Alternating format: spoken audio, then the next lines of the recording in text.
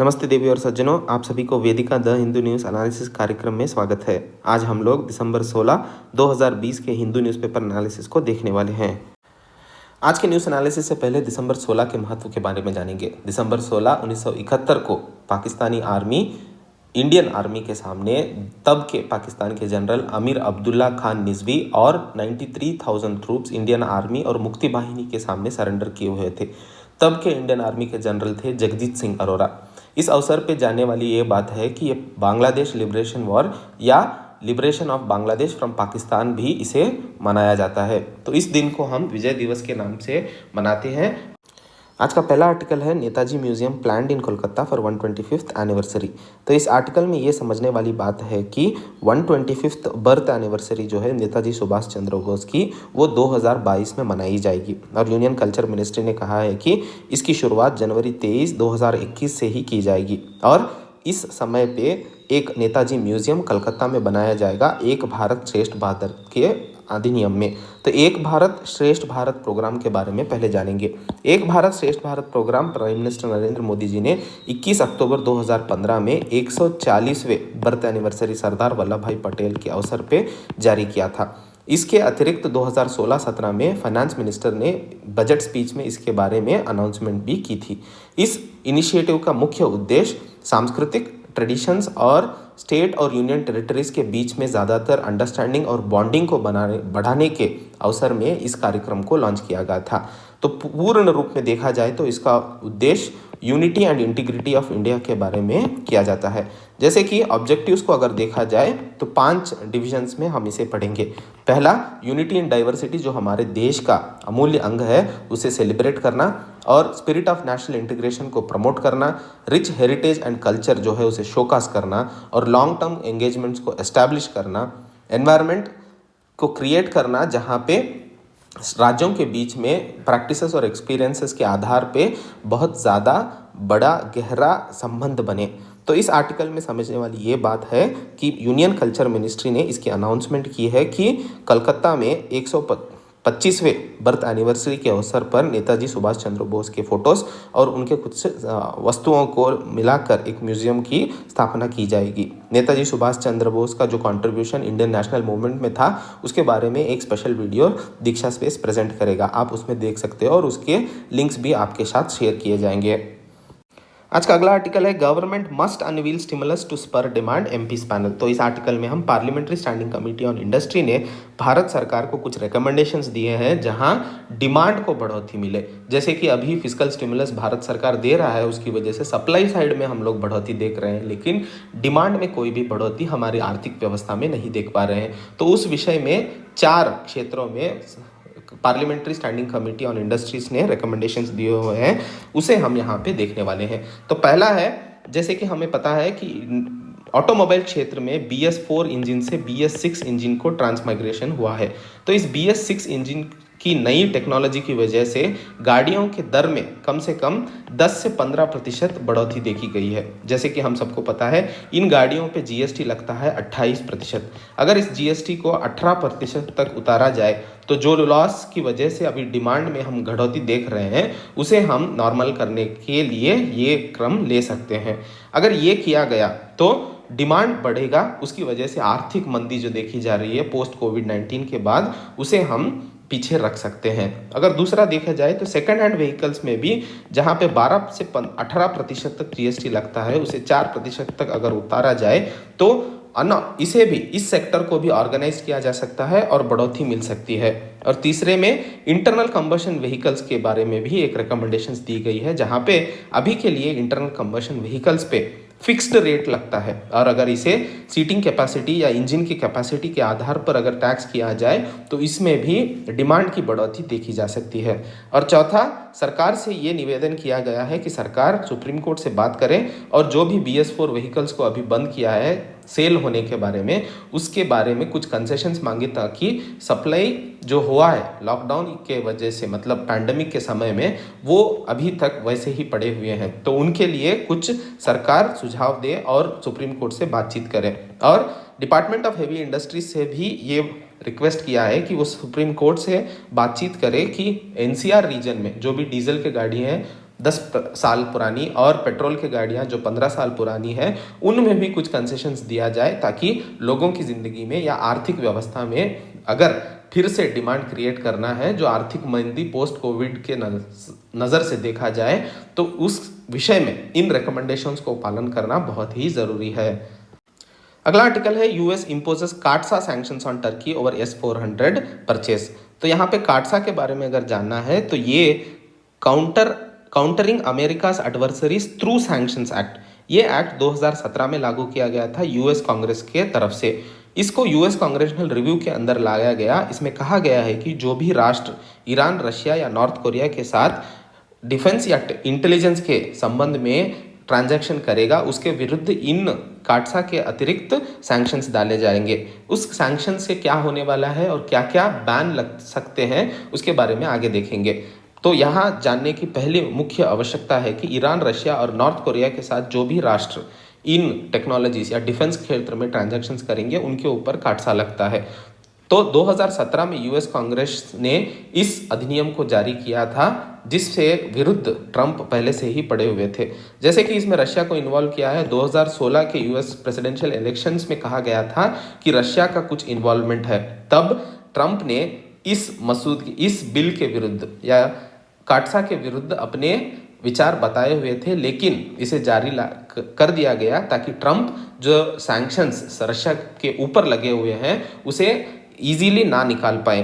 तो यहाँ पे देखने वाली ये बात है कि टर्की जो नाटो अलाई है और होने के बावजूद टर्की के ऊपर S-400 जो एयर डिफेंस सिस्टम है रशिया का, उसे परचेस करने के आधार पे इस सैंक्शन को डाला हुआ है। तो भारत के लिए ये क्यों इंपॉर्टेंट है न्यूज़? भारत भी रशिया से S-400 एयर डिफेंस सिस्टम को परचेस करने के लिए सोच कर रहा है। तो वो ये जानकारी दे रहा है कि जब यूएस अपने अलाइज के लिए नहीं कुछ कंसेशंस दे सकता है तो भारत को कैसे देगा, ये यहाँ सोचने वाली बात है। अगर यहाँ पे टर्की के लगाए हुए काटसा के बावजूद क्या क्या बैन होने वाले हैं अगर उसे देखा जाए, तो यूएस के एक्सपोर्ट लाइसेंस और ऑथराइजेशन जो होते हैं गुड्स एंड टेक्नोलॉजी में, उसे बैन कर दिया जाएगा। और यूएस फाइनेंशियल इंस्टीट्यूशन से जो भी लोन और क्रेडिट मिलेगा $10,000 मिलियन के ऊपर, वो 12 महीने के लिए बंद हो जाएगा। यूएस एक्सपोर्ट इंपोर्ट बैंक जो एक्सपोर्ट स्टैंडर्डाइजेशन या मैंडेटेड यूएस अपोजिशन लग जाएगा फाइनेंशियल इंस्टीट्यूशन ऑर्गेनाइजेशंस की तरफ से। और इसी समय सेक्शन 231 के बारे में बात किया जा रहा है। तो सेक्शन 231 जो काटसा के अतिरिक्त है, इसके अंदर सेकेंडरी सैंक्शंस उन लोगों पे लगाया जाएगा जो सिग्निफिकेंट ट्रांजैक्शंस रशिया डिफेंस और इंटेलिजेंस सिस्टम के साथ करने वाले हैं। तो इसके अतिरिक्त इस कंपनी के जो प्रेसिडेंट थे इस्माइल देमीर, उनके ऊपर भी वीज़ा रेस्ट्रिक्शंस को डाला गया है। इससे पहले ही टर्की से बातचीत हुई थी कि वो S-400 एयर डिफेंस सिस्टम की जो बातचीत कर रहे हैं उसे आगे ना ले जाए। तो उसके अतिरिक्त F-35 joint strike fighter partnership से टर्की को बाहर निकाला गया। F-35 एक फाइटर जेट है जिसके अंदर टर्की के पायलट्स को ट्रेन किया जाता है। यूएस का ये कहना है कि अगर S-400 मिसाइल सिस्टम को आगे बढ़ा रहा है टर्की, तो रशिया का इन्फ्लुएंस या इन्वॉल्वमेंट हो जाएगा टर्की के डिफेंस सिस्टम में, और यूएस की जो टेक्नोलॉजी है F-35 फाइटर जेट्स की, वो डिज़ाइन और प्रोग्राम में लीकेज होने के संभावनाएं देखी जा सकती हैं।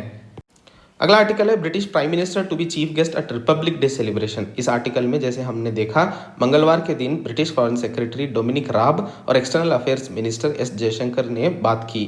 तो इस बातचीत में ये निर्धारित किया गया है कि 2021 के रिपब्लिक डे फंक्शन के चीफ गेस्ट ब्रिटिश के प्राइम मिनिस्टर बोरिस जॉनसन ही होंगे। और इस समय में भारत और ब्रिटेन के बीच जो भी ट्रेड पार्टनरशिप है उनमें बढ़ोतरी की जाएगी, और फ्री ट्रेड एग्रीमेंट के बारे में भी यहाँ पे बातचीत हुई है। इन फ्री ट्रेड एग्रीमेंट किन किन क्षेत्रों में होने वाले हैं? इंफॉर्मेशन टेक्नोलॉजी हो गया लाइफस्टाइल के लिए, और फ्यूचर FTA जो होगा, ब्रिटिश अभी जो प्री ब्रेक्सिट कर रहा है, ब्रिटिश जो यूरोपियन यूनियन से बाहर निकल के जो इकोनॉमिक प्लान्स बना रहे हैं, उसमें भारत और ब्रिटेन के बीच में फ्री ट्रेड एग्रीमेंट के संबंध को यहाँ पे बहुत ज़्यादा महत्व दिया गया है। और ये जो रिलेशनशिप है, ये इंडो पैसिफिक रीजन में एक नई सिक्योरिटी को जारी करने के बारे में भी बातचीत की गई है। और इन बातचीत में ये भी कॉन्फिडेंटली और क्लियरली बताया गया है कि HMS क्वीन एलिजाबेथ जो है वो इंडिया पैसिफिक रीजन में 2021 तक विजिट कर देगा। और दोनों राष्ट्रों ने अफगानिस्तान और इंडो पैसिफिक रीजन के डेवलपमेंट में अपने सुझाव दिए और दोनों ने एक ही प्लेटफॉर्म पे रह के एक सपोर्ट किया है। ब्रिटेन ने भारत के यूनाइटेड नेशन सिक्योरिटी काउंसिल के नॉन परमानेंट मेंबरशिप जो जनवरी 2021 से शुरू हो रहा है उसके बारे में भी प्रशंसा व्यक्त की। इसी संबंध में डिफेंस और सिक्योरिटी पार्टनरशिप को भी नए मुकाम पे ले जाने के बारे में ब्रिटेन ने इस डायलॉग में बातचीत की है। ब्रिटेन ने कहा है कि भारत के साथ टेररिज्म, मैरिटाइम सिक्योरिटी और वेस्टर्न इंडियन ओशन के पायरेसी इश्यूज को डील करने में सहायता करेगा। तो इस आर्टिकल में ब्रिटेन और भारत के बीच में जो भी बायलैटरल रिलेशंस बने हुए हैं उसके बारे में हमें जानने की बहुत महत्वाकांक्षा है। तो इस आर्टिकल का जो भी एनालिसिस है हमें जीएस पेपर 2 इंटरनेशनल रिलेशंस में बहुत ही इंपॉर्टेंट है। आज का अगला आर्टिकल है बोको हराम क्लेम्स किडनैपिंग। तो बोको हराम ने मान लिया है कि कत्सिना स्टेट के या कत्सिना राज्य में जो all boys government science secondary school है वहाँ से 333 बच्चों को किडनैप किया था, उसे बोको हराम ने क्लेम किया है कि उन्होंने ही किडनैप किया है। इससे पहले 2014 में भी बोको हराम ने 276 लड़कियों को चिबुक नाम के रीजन से किडनैप किया था। तो यहाँ पे बोको हराम के बारे में जानने की ज़रूरत है। तो बोको हराम ये एक टेररिस्ट ऑर्गेनाइजेशन है जो 2002 में इसका इस्टेब्लिशमेंट हुआ और अरबिक में इसका नाम है जमातु अहली सुन्ना लिद्दा अवाती वल जिहाद।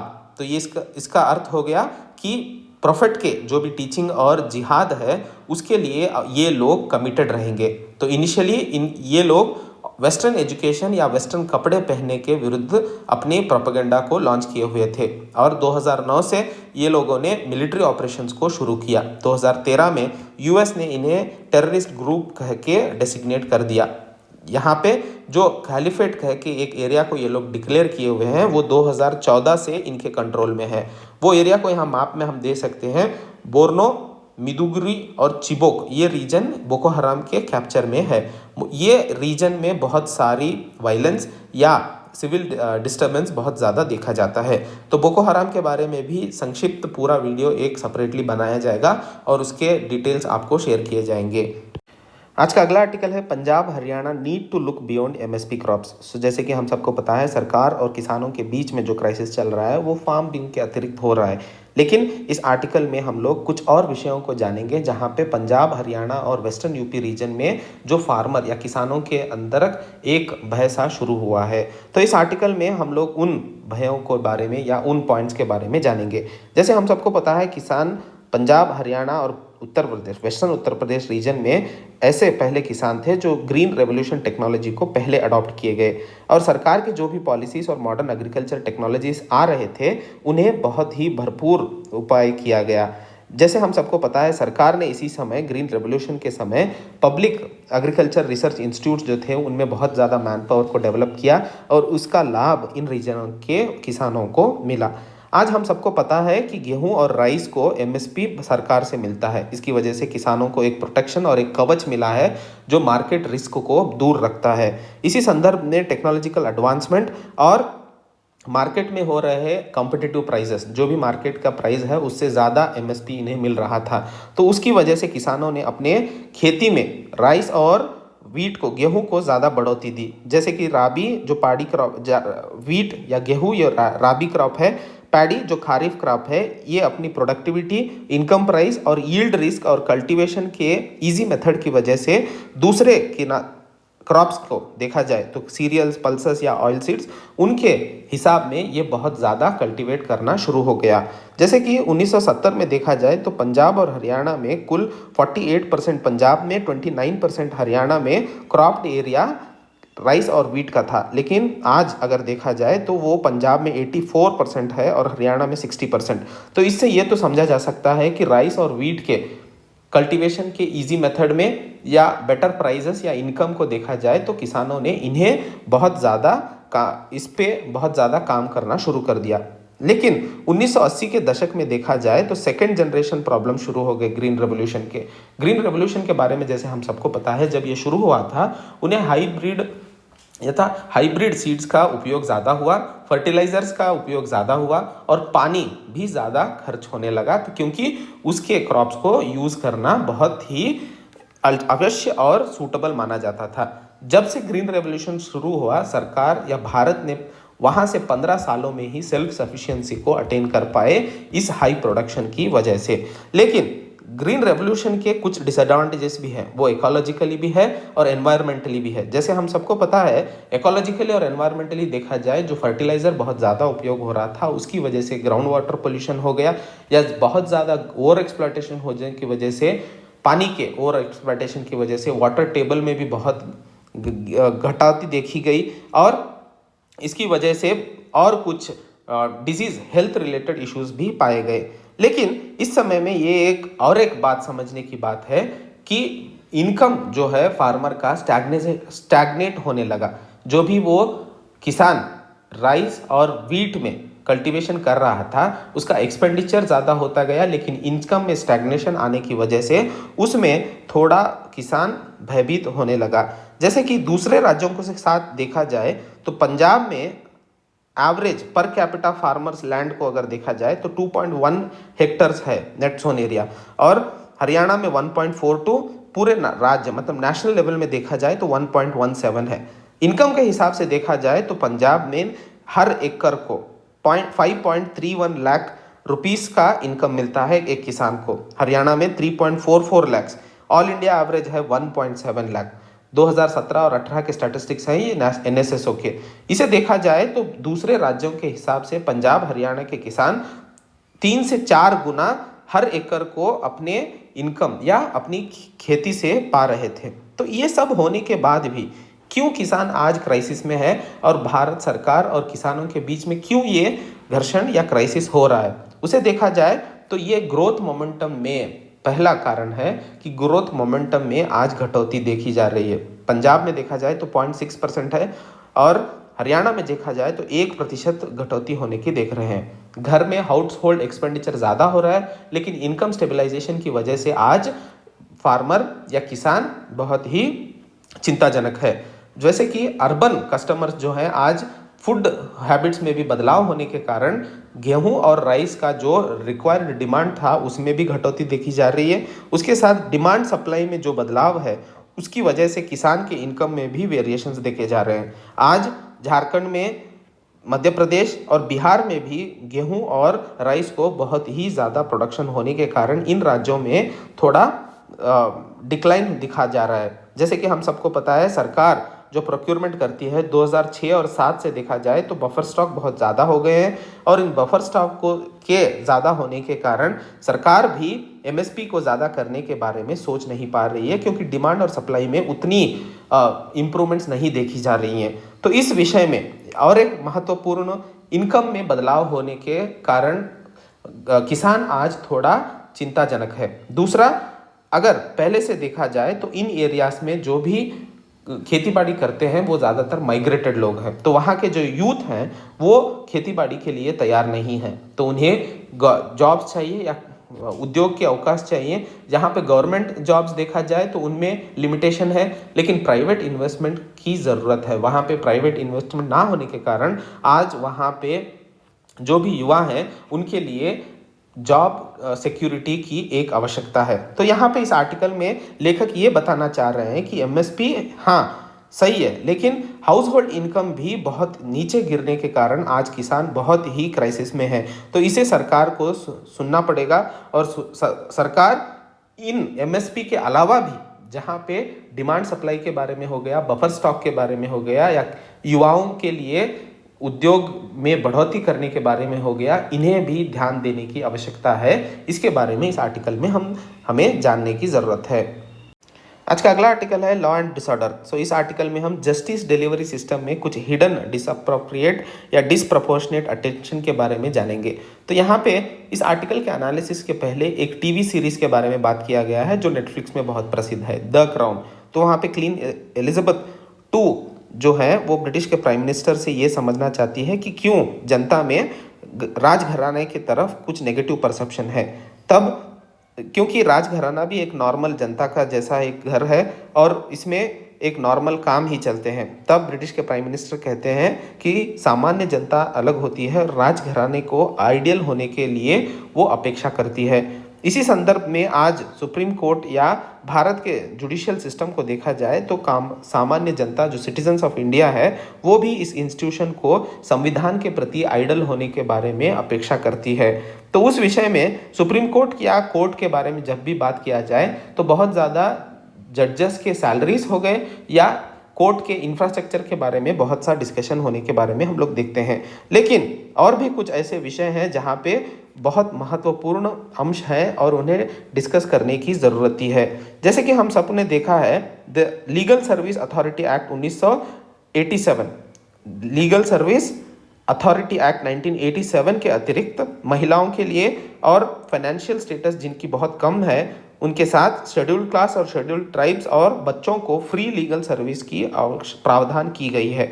लेकिन भारत में ये एक वेस्टफुल या नाकाम एक्ट बना हुआ है। जैसे कि यूके में देखा जाए तो ऐसे ही एक एक्ट को सरकार फंड करती है ताकि वहाँ के इंडिपेंडेंट सॉलिटर्स जो ऑफिस होते हैं वो लोग इन लोगों को मदद कर पाएँ।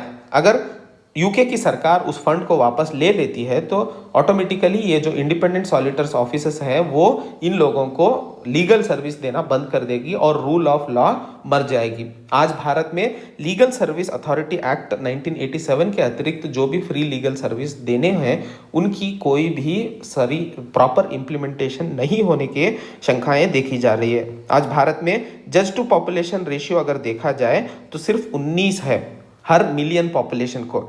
वैसे कि यूएस देखा जाए तो 100 जजेस हैं प्रति 1 मिलियन पॉपुलेशन को, कनाडा में 75, यूके में 50। इस पॉपुलेशन का अगर रेशियो देखा जाए तो भारत बहुत ही पीछे है और इन 19 जजों में से 1/4 मतलब 25% जजेस के सीट खाली ही रहते हैं, वैकेंसी बहुत ज़्यादा है। इन विषयों में सुप्रीम कोर्ट ने ऑल इंडिया जजेस association versus union of India 2001 में एक जजमेंट दिया था जिसमें कहा गया था कि भारत सरकार जज टू रेस पॉपुलेशन को कम से कम 50 पर मिलियन पॉपुलेशन को अगले 5 सालों में कर दे। तो 2001 में इस जजमेंट को दिया गया था। आज 19 बरस हो गए लेकिन आज तक इस रेशियो को हम नहीं मेंटेन कर पाए हैं। ये दूसरा एक लूप होल है। तीसरा देखा जाए तो एक्सेस टू जस्टिस, ये एक फंडामेंटल राइट में मतलब कहीं भी मेंशन नहीं हुआ है, लेकिन राइट टू लाइफ जो आर्टिकल 21 के अतिरिक्त बात किया जाता है उसके अंदर एक्सेस टू जस्टिस भी बहुत इंपॉर्टेंट है।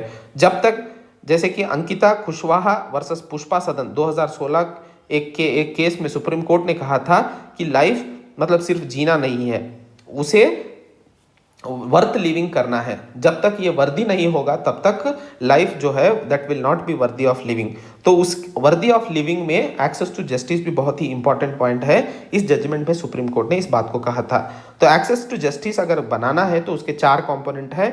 एक है एडजुडिकेटरी मैकेनिज्म, दूसरा है एक्सेसिबिलिटी, तीसरा है स्पीड और अफोर्डेबल, तो चौथा है डिस्टेंस। इन चारों कंपोनेंट्स को अगर एकाग्रित करके काम किया जाए तो एक्सेस टू जस्टिस जो हर इंसान का मतलब हिडन फंडामेंटल राइट है उसे सकारा जा सकता है।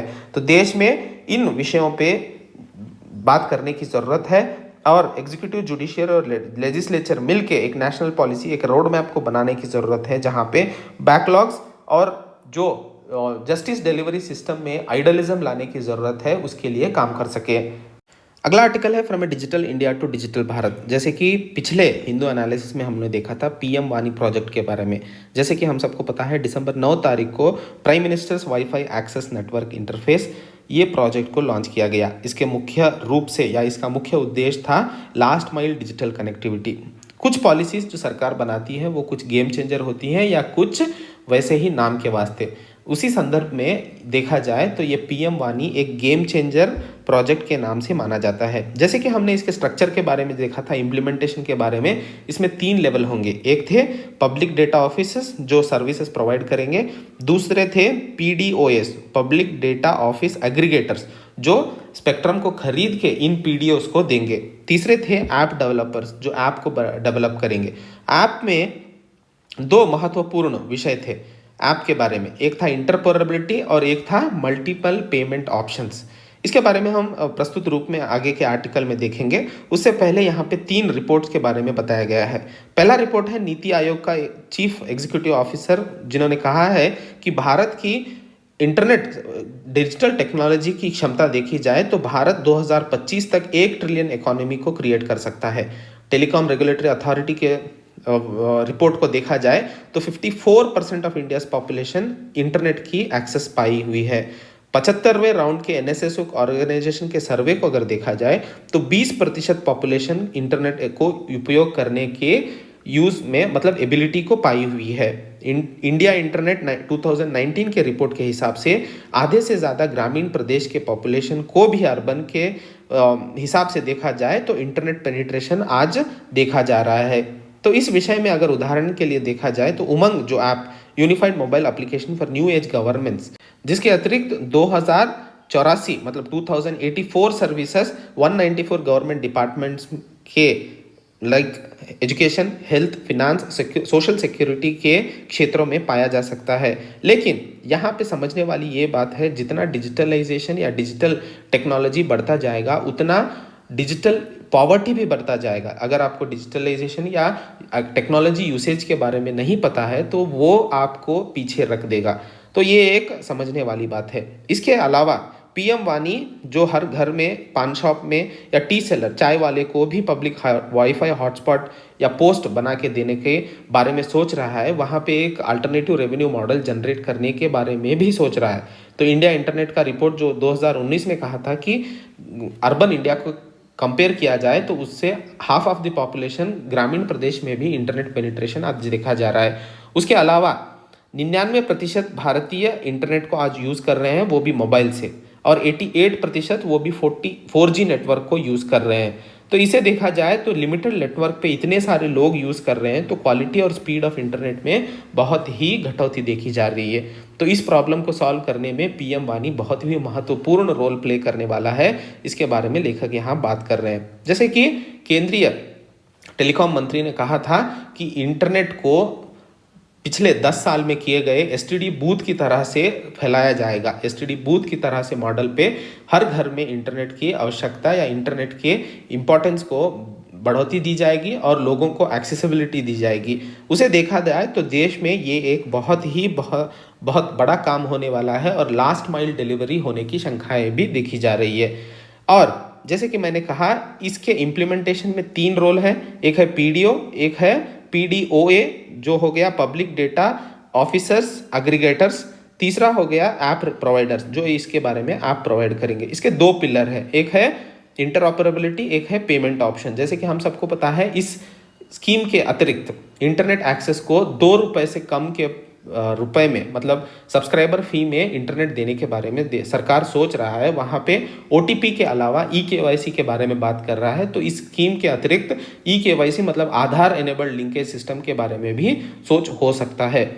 जैसे कि देखा जाए रूरल कनेक्टिविटी को बढ़ावा देने के लिए जो भारत नेट प्रोग्राम 2016 में इनिशिएट किया गया था, पूरे राज्यों में मतलब पूरे गाँव में इंटरनेट कनेक्टिविटी को टारगेट बनाया हुआ था, उसे भी पूरा नहीं कर पाए थे भारत नेट के अतिरिक्त। ये पीएम वानी उस भारत नेट स्कीम को फुलफिल करने के लिए बहुत ही बड़ा पुश होने वाला है, उसके बारे में यहाँ बात की जा रही है।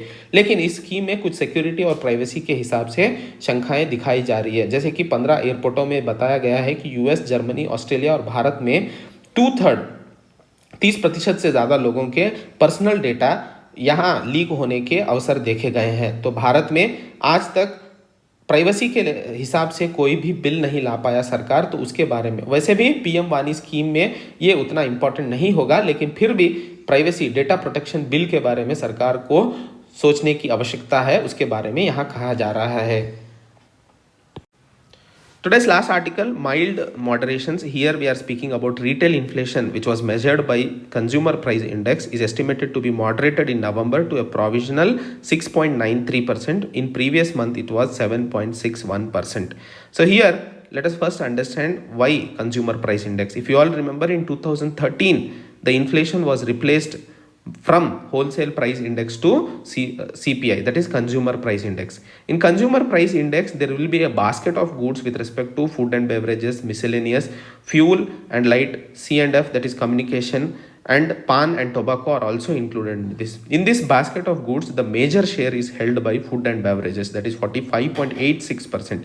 Under food and beverages, again there will be cereals and products, egg and other important matters also. In India, CPI is calculated in 4 different areas, that is industrial worker, agricultural labor, rural labor and urban non-manual employee. If you look at, this is very important, the 3 indicators, industrial worker, agricultural labor, rural labor are actually compiled by Labor Bureau. But urban non-manual employees are compiled by Ministry of Statistics and Implementation. So in this article, the major contention or major intention is to understand that CPI has, or retail inflation has moderated from the previous months, that is 7.6% to 6.93% due to the various dimensions. So here we need to have an understanding with respect to CPI, and change over from WPI to CPI is the point that is very important for our examination.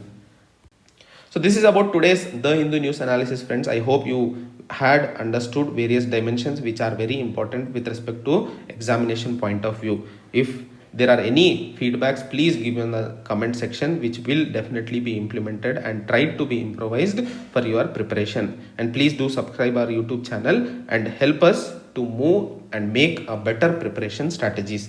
Thank you. Have a nice day. अगला article है mild moderation. सो इस article को हम retail inflation जो consumer price index के अतिरिक्त estimate किया जाता है वो नवंबर महीने में 6.93% हुआ है पिछले महीने से हिसाब से, मतलब घटौती हुई है रिटेल इन्फ्लेशन में. तो इस आर्टिकल के इस आधार पे हमें बहुत मुख्य परीक्षा के हिसाब से क्यों रिटेल इन्फ्लेशन में हम सीपीआई देख रहे हैं या कंज्यूमर प्राइस इंडेक्स की मेजरमेंट देख रहे हैं. जैसे कि 2013 में होलसेल प्राइस इंडेक्स से रिटेल इन्फ्लेशन के मेजर को कंज्यूमर प्राइस इंडेक्स में बदला गया. कंज्यूमर प्राइस इंडेक्स में बहुत सारे बास्केट ऑफ गुड्स होते हैं जिसमें foods and beverages, miscellaneous, fuel and light, paan, tobacco सभी एक गुड्स बनाए होते हैं जो consumers day to day activities या डे टू डे लाइफ में यूज करते हैं. उसमें कंज्यूमर प्राइस इंडेक्स में ज़्यादा प्रतिशत या highest weightage food and beverages को है, वो है 45.86%. इसके अलावा सीपीआई जो है कंज्यूमर प्राइस इंडेक्स वो 4 क्षेत्रों में कैलकुलेट किया जाता है. एक है consumer price index industrial worker, CPI agricultural labour, CPI rural labour, CPI urban non manual employ. इसमें से सीपीआई आईडब्ल्यू, एएल और आरएल ये तीनों इंडेक्स लेबर ब्यूरो कलेक्ट करता है और इंडेक्स को रिलीज करता है. वैसे अर्बन नॉन मैनुअल एम्प्लॉय जो कंज्यूमर प्राइस इंडेक्स का चौथा भाग है वो ministry of statistics and programme implementation compile करता है और रिलीज करता है. ये हमें एग्जाम में बहुत इंपॉर्टेंट है, इसे आप याद रखें. तो दोस्तों ये आज का दी हिंदी न्यूज़ एनालिसिस कार्यक्रम था. कृपया आप इस प्रोग्राम के फीडबैक के बारे में ज़रूर कमेंट करें और हमारे इस यूट्यूब चैनल को सब्सक्राइब करें ताकि आपको हर रोज़ ये हिंदू न्यूज़ एनालिसिस अपडेट मिले. और इस प्रोग्राम को बढ़ावा देने के लिए और अच्छी तरह से इम्प्रूव करने के लिए आपके फीडबैक की बहुत बहुत ज़रूरत है. तो फिर मिलेंगे कल नए हिंदू न्यूज़ एनालिसिस के साथ. तब तक आप अपने हेल्थ को अच्छी तरह से देखें, अच्छे से खाना खाएं और अच्छे से पढ़ाई करें. जय हिंद, जय भारत.